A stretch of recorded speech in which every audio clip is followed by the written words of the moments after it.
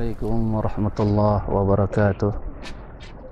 Alhamdulillahirabbil alamin. Wassalatu wassalamu ala asyrafil anbiya'i wal mursalin wa ala alihi wa sahbihi wasallam. Saudara dan saudari yang dirahmati Allah Subhanahu wa taala. Sesungguhnya manusia diciptakan dan diwujudkan di muka bumi ini adalah untuk diuji oleh Allah Subhanahu wa taala, sama ada mereka beriman ataupun tidak beriman. Perkara ini telah dijelaskan oleh Allah Subhanahu wa taala melalui ayatnya yang mulia dalam surah Al-Anbiya ayat 35. Wa nabluukum bisyarri wal khairi fitnah wa ilaina turja'un. Dan sesungguhnya kami benar-benar menguji kamu dengan keburukan dan kebaikan sebagai ujian, sebagai fitnah, dan kepada kami kamu dikembalikan.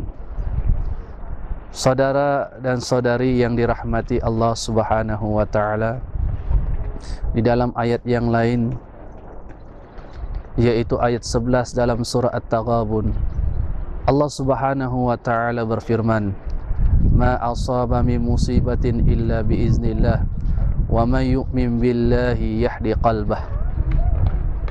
Dan tidaklah suatu musibah yang menimpa seseorang itu melainkan dengan izin Allah. Dan sesiapa yang beriman kepada Allah, maka Allah akan memberi petunjuk kepada hatinya. Saudara dan saudari yang dirahmati Allah Subhanahu wa taala, apabila kita menerima kesenangan, maka kita wajib bersyukur. Manakala apabila kita menerima musibah, perkara yang kita tidak ingini, maka hendaklah kita bersabar dan reda di atas takdir dan ketetapan Allah Subhanahu wa taala, kerana Ia mempunyai banyak hikmah yang perlu kita ketahui, bahawasanya musibah yang dihadapi oleh manusia itu tentulah ada hikmah-hikmahnya di sebalik musibah itu. Di antaranya kita mengakui bahawa Allah Subhanahu wa taala memiliki kesempurnaan dan kudrah yang mampu dilakukan oleh Allah Subhanahu wa taala. Tidak ada yang mampu melakukan semua perkara, baik perkara itu kita sukai ataupun kita tidak sukai. Ini menunjukkan bahawa kita sebagai hamba Allah Subhanahu wa taala senantiasa mengiktiraf dan mengakui akan kesempurnaan Allah. Selain daripada itu, dengan musibah yang kita hadapi itu menuntut agar kita muhasabah akan diri kita, menilai akan diri kita, akan kelemahan-kelemahan yang ada pada diri kita, dan kita berusaha untuk memperbaiki amal-amal yang telah kita lakukan, ataupun mempersiapkan diri kita untuk melakukan amal kebaikan. Saudara dan saudari yang dirahmati Allah Subhanahu wa taala,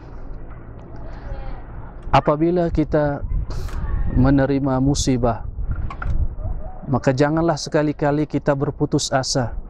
Allah Subhanahu wa taala menyatakan, "Wa may yaqnut min rahmati rabbih illa ad-dallun."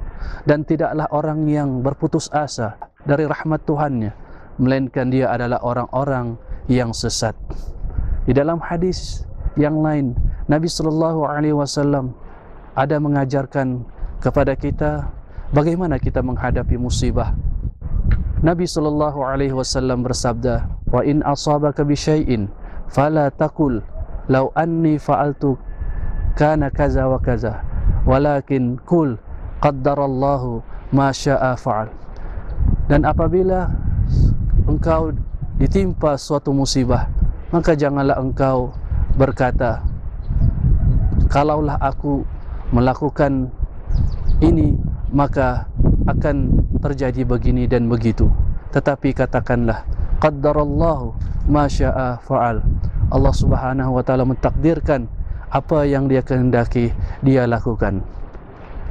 Mudah-mudahan dengan kita senantiasa kembali kepada Allah, bertaubat, bermuhasabah akan diri kita di atas musibah yang menimpa kita, maka kita akan senantiasa diberi petunjuk oleh Allah Subhanahu wa taala dan diberikan ganjaran yang besar di sisi Allah Subhanahu wa taala, serta menggantikan musibah yang kita alami itu dengan perkara yang lebih baik. Aqulu qouli hadza wa astaghfirullah li wa lakum wa sallallahu ala Muhammad wa ala alihi washabbihi wasallam walhamdulillahi rabbil alamin. Wassalamu alaikum warahmatullahi wabarakatuh.